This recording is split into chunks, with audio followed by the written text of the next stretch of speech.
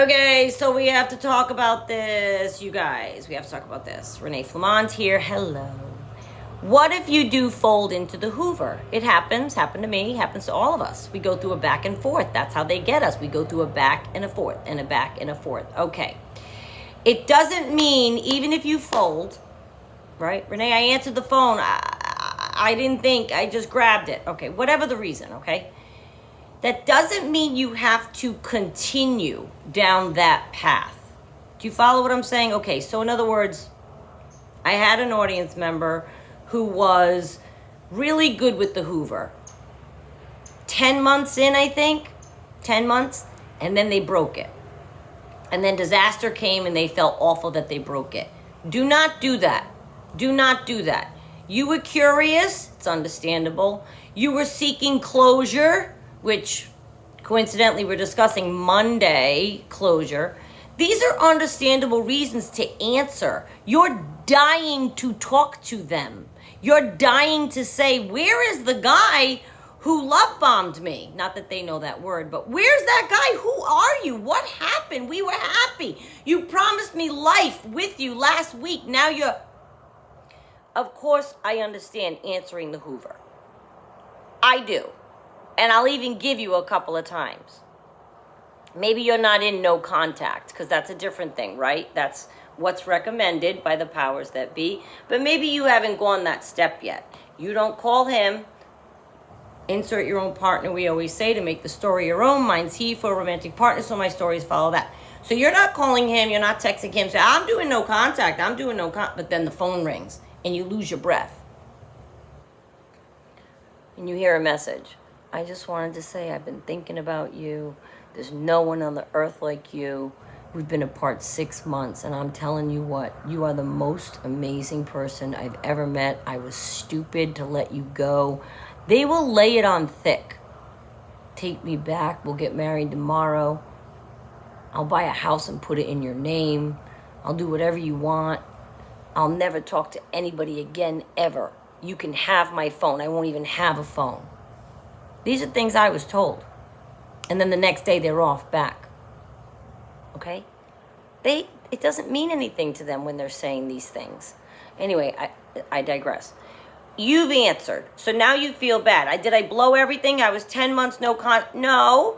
It's just like a diet. You eat a bag of potato chips. It doesn't mean you need to eat one the next day, the next day, the next day, the next day. So you had a bag of potato chips. That's all right. That's all right. Don't beat yourself up about it. But assess the situation accurately. How did it go when you answered him?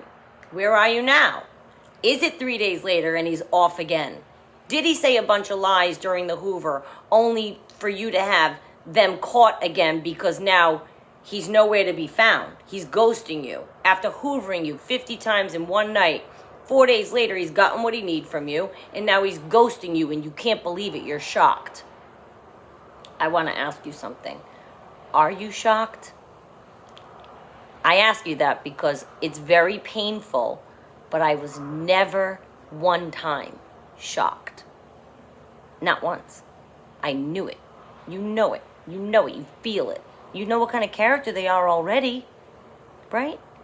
But we still want to answer the phone because we want to get some answers. We're dying for the closure that we convince ourselves we may get with that last call. Just one last call. You have to excuse yourself. You have to forgive yourself. But then it's time to make some decisions again. It's time to make some decisions again. We go through phases where we think we're going to answer the hoover. This time it's going to be different. This time it's going to be different. Renee, no, he came at me differently. You don't understand. He was crying. This is a grown man. He never cries. You guys, they'll cry. They'll throw themselves on the floor. Have you ever looked up and seen clips on the line, like on the TikTok and on and like a girl or a guy is filming their narcissist having a flying fit on the ground? I just watched one the other day. The grown man, temper tantrum on the ground that she's throwing him out. He had a baby with someone else. Why are you doing this to me? How could you break us up? He's saying that, and he had a baby with someone else that she found out about. Full-on temper tantrum fit. He doesn't mean a word of it. He had a baby with somebody else. They will say anything to make you pick up that phone. We are only human, and we were in love with the person we thought we were. So it's very hard to discern now, oh, okay, so that was fake and that wasn't really the person, and now that person that you were in love with, though, that you're grappling with coming to terms with the fact that they're fake, is calling you. You were left high and dry. He did a 180 about face and walked out of your life. It's human instinct to want to get the phone, have the last few conversations, have the last few get-togethers, visits, whatever. But I don't want you to beat yourself up if you folded into the narcissist's hoover. It's very, very normal. And honestly, it's par for the course for most of us. We go through that. I have a couple of audience members, clients, and a couple of friends who, when they were left by their narcissist, they did an about face and they never turned back, not one time. They just knew, nope, done. And they never turned back, never took a call, never talked to them again. That's it. Their behavior to them, the narcissist behavior to them, was all they needed to see. And when they finally came to the decision, they did the about face. And they never answered another hoover again. You guys, the hoover will linger and come at you for as long as you allow it. It is up to us to resist it. It's up to us to resist it. So just because you folded once and now it's a mess, okay, so don't fold the next time. Don't fold the next time. Because it may not be over still. Oh no, I screamed at him and he knows. Does he know? Really? Because they don't hear us. And if you accept him back and you take the call or you shoot him a word in a text, even if it's a fight, that gives them supply. They know, oh, she's still interested. She's still invested. She still has one foot in. When you don't talk to them, answer them, fight with them, love them, laugh with them, take drink with them, eat with them, spend time with them, visit with them, allow them into your life, that's when they know, oh, she means it. Oh, So the next time they have, whether it's a holiday or just whatever, and they're hoovering people, they may skip your number. And you pray that they do. Because it's very tempting, and it only leads to darkness when you accept a hoover from a narcissist, dysfunctional, toxic person. It never ends with a good story. I've never heard it one time. So we spent all week this week talking about the hoover because the holidays are coming. These are all slightly different angles about the hoover, and I want you to give it all thought.